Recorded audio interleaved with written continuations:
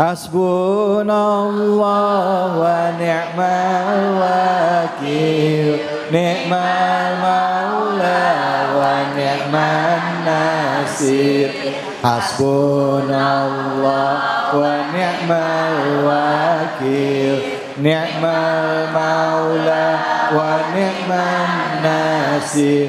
Hasbunallah wa ni'mal wakil, ni'mal maula wa ni'man nasir. Hasbunallah wa ni'mal wakil, ni'mal maula wa ni'man nasir. Sallu ala Nabi Muhammad. Baik, alhamdulillah rabbil alamin. Kajian kita mengenai surah An-Nisa ya tadi sudah sampai ayat ke-8. Selanjutnya kita akan menyimak ayat ke-9 bersama dengan guru kita yaitu Al-Ustadz Al-Mukarram Kiai Haji Nur Fadilah atau Ustadz Tile. Fadhol Ustadz. Pemirsa Cahaya Hati iNews yang dimuliakan oleh Allah Subhanahu wa taala. Melanjutkan tema kita surah An-Nisa dari ayat 1 sampai ayat ke-10. Guru kita Abi Amir Faisal sudah menjelaskan.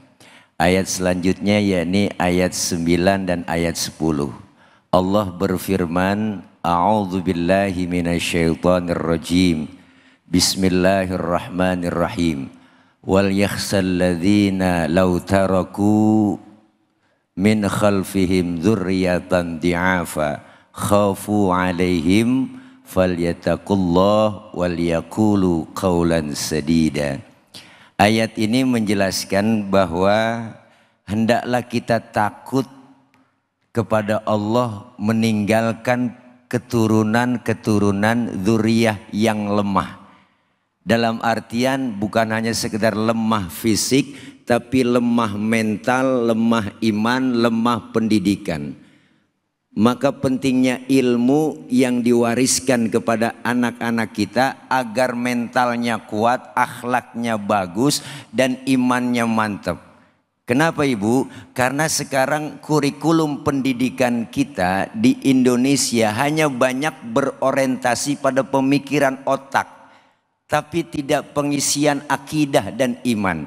Maka muncullah terjadi banyak orang pinter cuman enggak bener. Bu, itu yang pada pakai rompi oren emang orang geblek. Loh, titelnya S1, S2, S3, S getok, S teler. Kebanyakan S jadi beku. Bener Bu? Tapi harus berorientasi kepada penanaman iman, akhlak dan akidah. Agar apa? Kita meninggal dunia, meninggalkan anak yang soleh, sehingga wariskan ilmu. Anak soleh insya Allah itu pinter. Tapi anak pinter belum tentu soleh.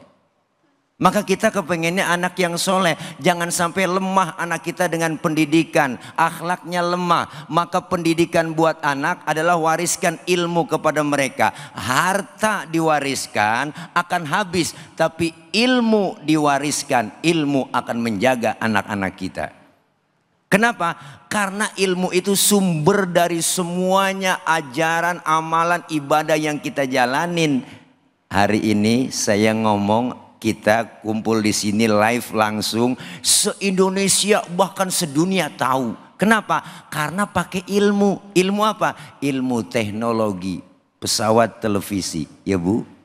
Saya ngomong begini, yang dikeluar itu kedengeran keluar masjid. Kenapa? Karena ngomongnya pakai ilmu.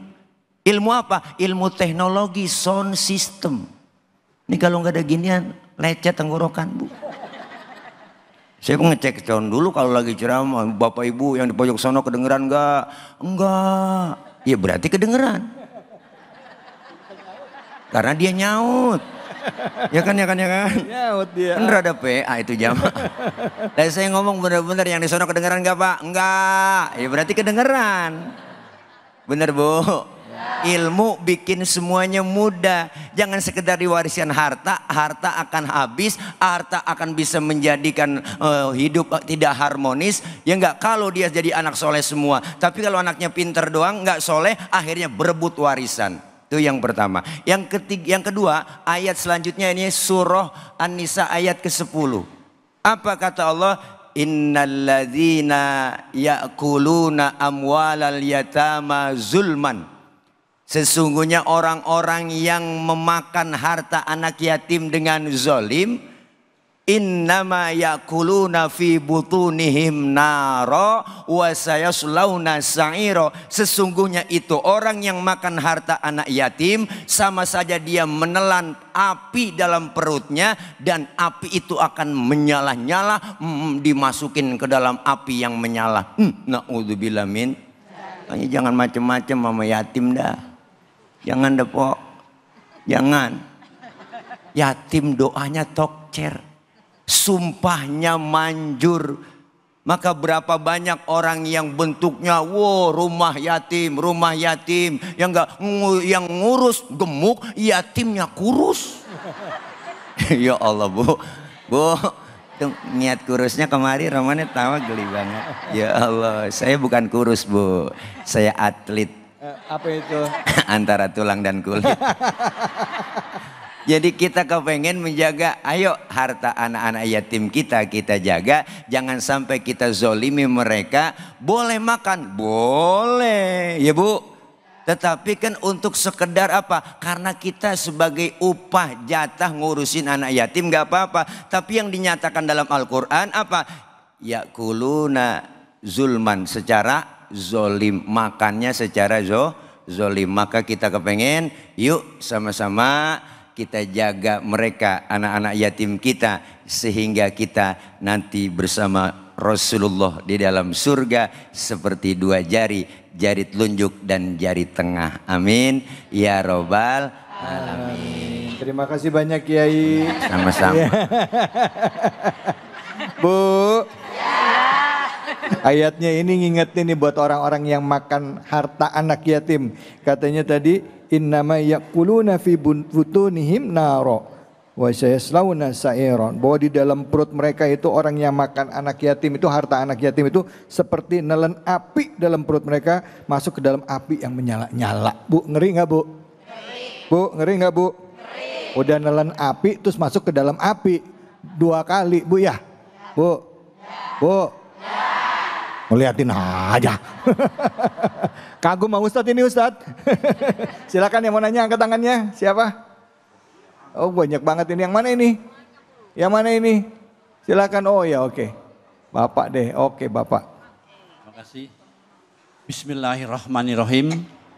Assalamualaikum warahmatullahi wabarakatuh. Waalaikumsalam warahmatullahi wabarakatuh. Perkenalkan, nama saya Ihwanuddin. Saya mau bertanya Pak Ustadz. Ya. Bagaimana jika ada keluarga yang menolak pembagian warisan sesuai syariat dan menguasai semua harta itu sendiri? Demikian pertanyaan saya Pak Ustadz. Mohon pencerahannya. Terima kasih. Wassalamualaikum warahmatullahi wabarakatuh. Waalaikumsalam warahmatullahi wabarakatuh. Silahkan Kiai. Langsung dong. Terima kasih Pak Ihwanuddin. Masya Allah, pertanyaannya yang sangat luar biasa. Ya, bagaimana kalau ada salah satu keluarga kita menolak pembagian waris secara syariat. Nah, sekarang dalam adat kita di Indonesia, bahwa pembagian harta waris itu kan ada 2, ada secara syariat, ada secara adat, kebiasaan. Bagaimana caranya? Keluarga kita kumpulin semuanya, diskusi musyawarah bareng. Di situ ada penengah, Bapak Ibu semua waris sudah kumpul. Sekarang kami tanya, kayak contoh kayak seperti ustadz atau guru kita yang benar-benar paham dengan ilmu waris atau ilmu faraid. Ini harta sekian, Bapak sudah meninggal, ada warisannya. Bagaimana kita caranya bagi? Apakah pakai cara adat atau cara syariat? Nah kalau semuanya sepakat pakai cara syariat diatur, tentunya laki-laki lebih besar bagiannya daripada anak perempuan. Tetapi ada yang bilang, wah kalau begitu nggak enak, udah secara adil aja. Cara adat dibagi secara adat, semuanya berarti sama bagiannya, laki perempuan rata semuanya. 100 miliar, anak ada 5 berarti 2 miliar, 2 miliar, 2 miliar, 2 miliar. Itu secara adat. Bagaimana menolaknya? Kalau 100 miliar 20 miliar dong. Oh iya lupa. Iya. Iya salah. Lah sisanya kemana itu 80 miliar? Waktu lagi sekolah dulu saya giliran matematika itu ponten 5. Iya. Ya kali-kalian paham, tambah-tambahan paham. Bagi-bagian nggak paham. Iya. Jadi berarti kalau 100 miliar sekarang 20 miliar. Artinya apa? Ini bagi rata. Dibagi rata. Nah bagaimana ada yang nguasain, nggak mau syariat udah pokoknya saya megang semua. Inilah yang disebut kezoliman. Nggak boleh. Kita harus tegas ibu. Kenapa? Dengan adanya dia menguasai, artinya dia mau ngajak ribut, mau ngajak berantem, mau ngajak ada perpecahan dalam keluarga. Maka itu ketika itu begitu kira-kira Pak Ikhwanuddin. Masya Allah, pokoknya dimusawarahin dulu. Insya Allah kalau kurang puas ntar nyari kepuasan di luar, nggak apa-apa. Jawabannya. Ya makasih Pak Ikhwanuddin. Jadi kalau misalnya ketemu deadlock nih, artinya nggak ketemu antara dia sama kita, sama-sama sepakat untuk tidak sepakat. Betul. Gitu kan. Nah terus kemana larinya? Nah kita harus ke notaris. Oh langsung ke notaris. Atau ke pengadilan agama? Pengadilan agama. Pengadilan agama itu kan gitu. Pengadilan agama yang akan memediasi. Gitu semuanya. Antara keluarga semua. Oke. Ya intinya mah kita pengen nggak ribet-ribet ya Bu. Kalau saya mah pribadi nih ya, kalau ada dapat warisan orang tua banyak umpama, terus ada yang serakah banget pengen makan, nyokap pengen ngambil nguasain, saya mah saya kasih aja biarin. Tadi juga sakit aja duluan dia. Gitu. Itu aja. Siap Kiai. Siap Kiai.